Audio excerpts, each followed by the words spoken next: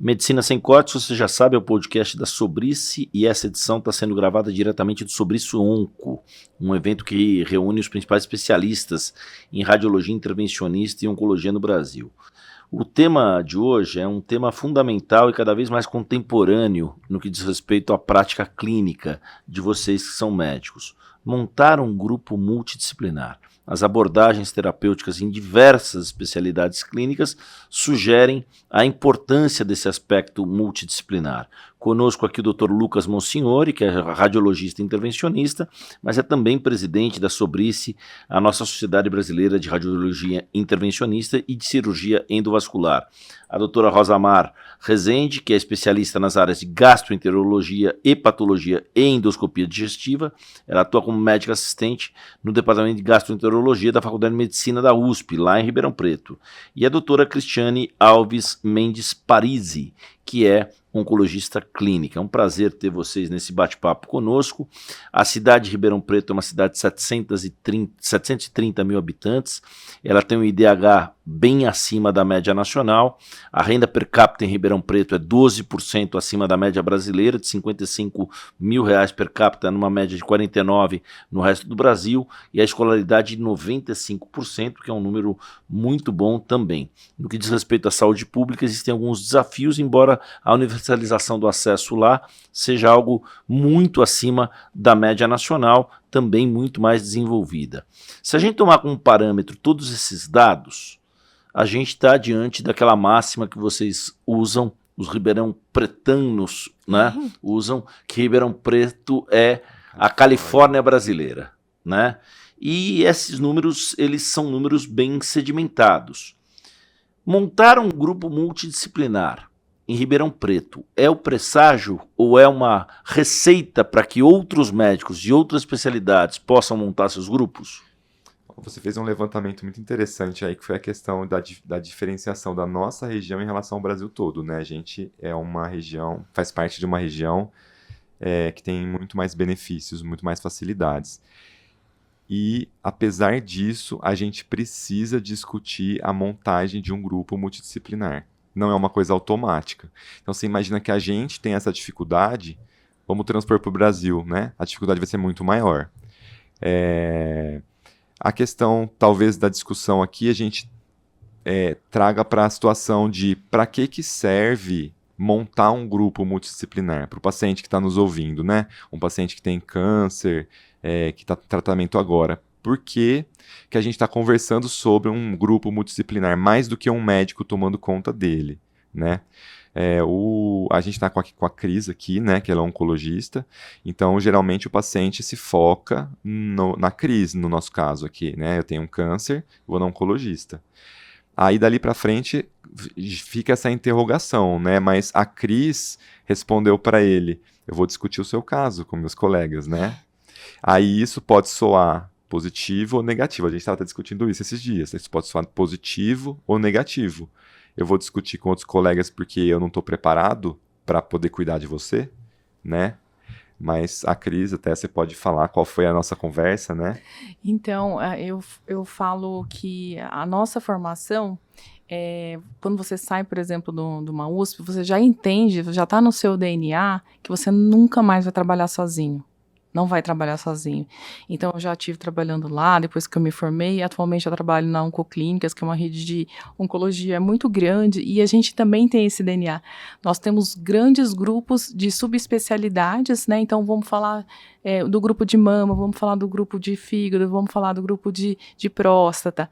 Então, ninguém mais trabalha sozinho. Então, toda vez que a gente atende o paciente já a primeira vez, nós já vamos falar com ele: olha, o seu tratamento vai ser definido, mas a gente precisa de um médico radiologista para discutir.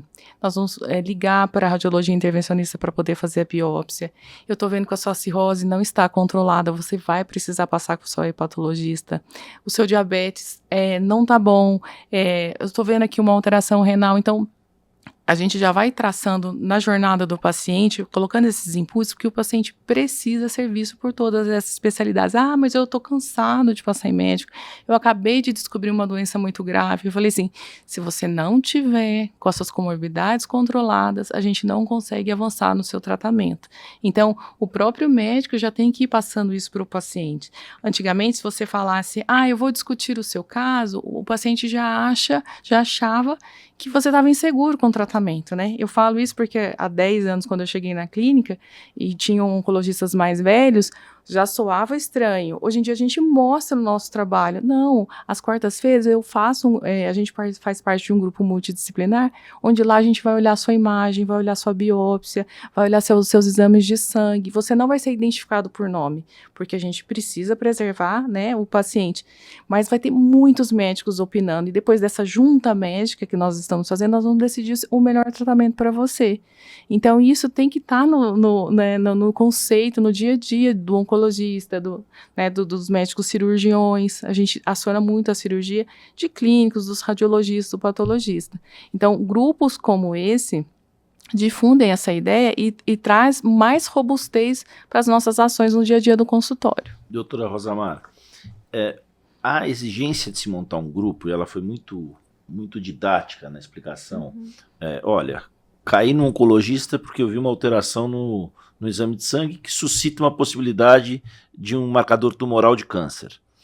Aí do oncologista eu vou para o radiologista intervencionista, num câncer de mama para o mastologista, né? Num câncer de próstata para o urologista, e por aí vai, dentro das A importância de se montar um grupo multidisciplinar à luz da medicina contemporânea. Eu queria que vocês explicassem isso, também pela prerrogativa que o Dr. Lucas falou, do olhar do paciente, de olhar de alguém que não tem 1%, 0,1% do conhecimento científico sobre o qual vocês se debruçam diariamente, mas essa importância, à luz da medicina contemporânea, o que isso agrega?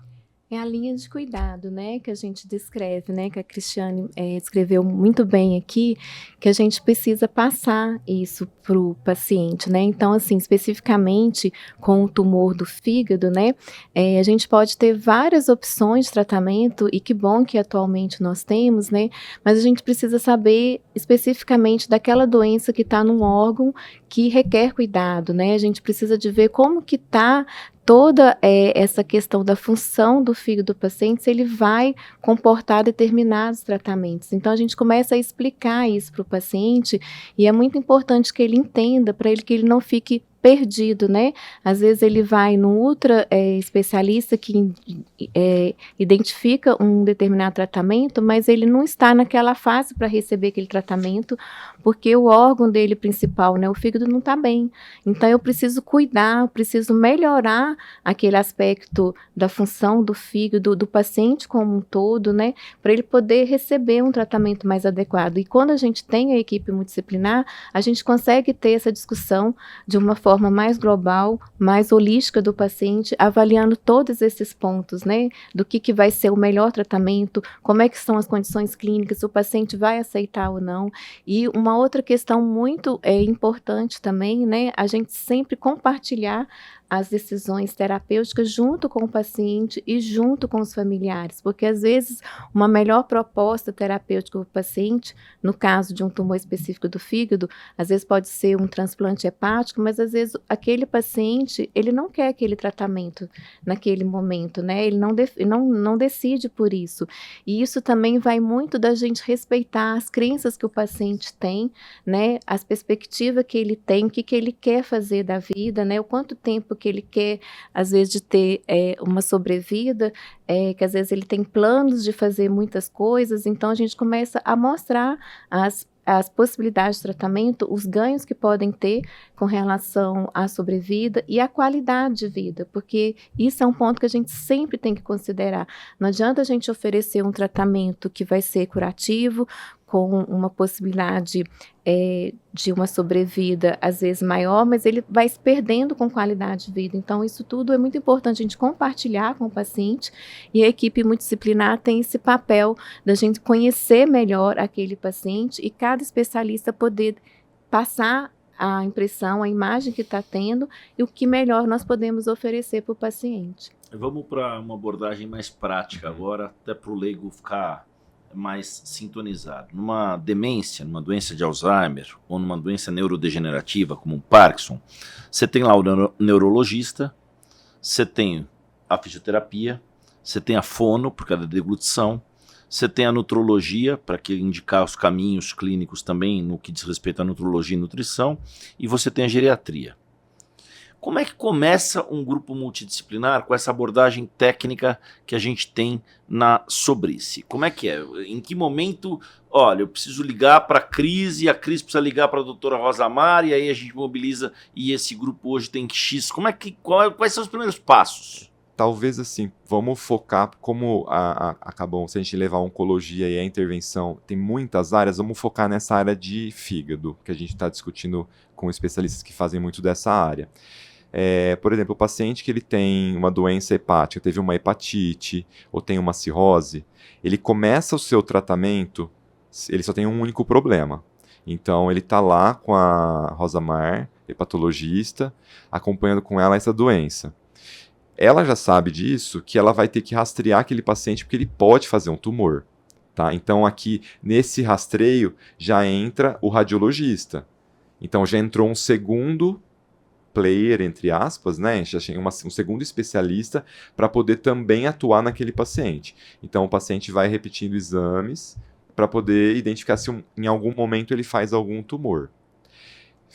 Em algum momento ele desenvolve, por exemplo, teve azar, desenvolveu o tumor. Uma vez desenvolvido o tumor, ele pode ser encontrado em diferentes momentos da doença. Pode ser um tumor inicial, pode ser um tumor mais avançado. Aí, dependendo do momento de descoberta, um especialista diferente vai atuar. O cirurgião, ele costuma atuar quando o paciente tem chance, ou ele tem uma lesão muito inicial e ele tem pouca doença no fígado, ele vai lá e pode fazer uma cirurgia para retirar. Então já entrou a terceira pessoa, já entrou um cirurgião na situação. Ou ele pode ter algumas situações específicas onde ele pode fazer um transplante. Também é o cirurgião, supondo o mesmo profissional. Ele pode ter uma condição em que ele não tem condições de transplante, ele não tem condições de cirurgia, mas ele tem condições de cura. Aí entra o radiologista intervencionista, que pode realizar uma ablação, por exemplo, para poder curar aquele nódulo que ele está acompanhando. Ele não deixa de acompanhar com a Rosamar, que é hepatologista, porque ele continua tendo a cirrose. Então ele precisa acompanhar com outro profissional. Uhum. Como ele descobriu o câncer, a gente automaticamente também aciona a oncologista, porque ela vai ver de um modo completo aquilo tudo. Ela vai coordenar, ela vai ser a maestro do que a partir dali está acontecendo. Pode ser que ela não vai instituir um tratamento, uma imunoterapia, por exemplo, um tratamento sistêmico, mas só que ela vai estar ali participando da condução. De repente, no paciente mais tardio, ou moderado para tardio, pode ser que aí ela entre em ação tratando o paciente. Então a gente entrou aí com o quinto profissional, né? Que é o oncologista. Nesse meio de caminho, a gente pode ter uma radioembolização, onde entra um médico nuclear. A gente pode ter uma radioterapia, entra o radioterapeuta. E nisso a gente vai fazendo que um paciente, ele já está passando em algum momento da doença dele, a seguir, às vezes, a ter passado pelo menos com 7 profissionais médicos. Se a gente deixar cada um deles isoladamente, escolher o que ele quer fazer com o paciente, aquele paciente não tem um bom resultado. Ele morre mais cedo. A gente tem estudos mostrando isso, que quando você discute entre os profissionais que tratam o mesmo paciente, o paciente vive mais, né? Muito também porque a gente decide rápido o que vai fazer, não tem que esperar fazer uma cartinha de uma pessoa para outra, esperar a burocracia do agendamento e por aí vai.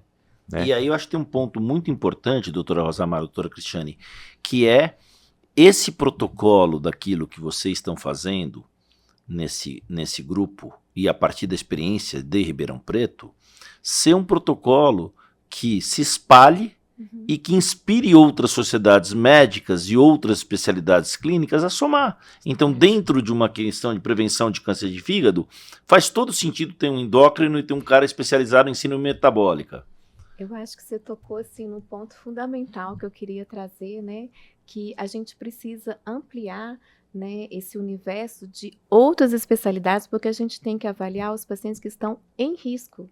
né? Esses pacientes, muitas vezes, em risco, eles estão sendo avaliados por outros especialistas.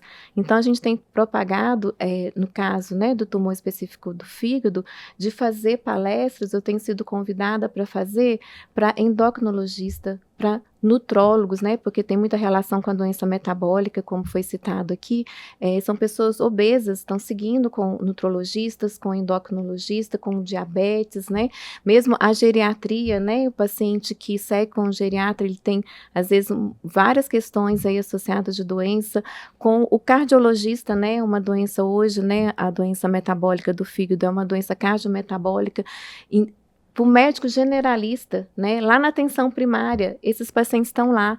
Infelizmente, né, o tumor de fígado, às vezes ele chega num diagnóstico já avançado para o hepatologista ou para o oncologista e ele nem sabia que tinha uma doença hepática, porque ele não fazia o rastreamento. Então, nós, como equipe multidisciplinar, nós temos um papel fundamental na educação continuada para as outras especialidades, né, porque nós precisamos de encontrar esses pacientes, fazer um tratamento precoce, porque é um tratamento que tem possibilidade de cura.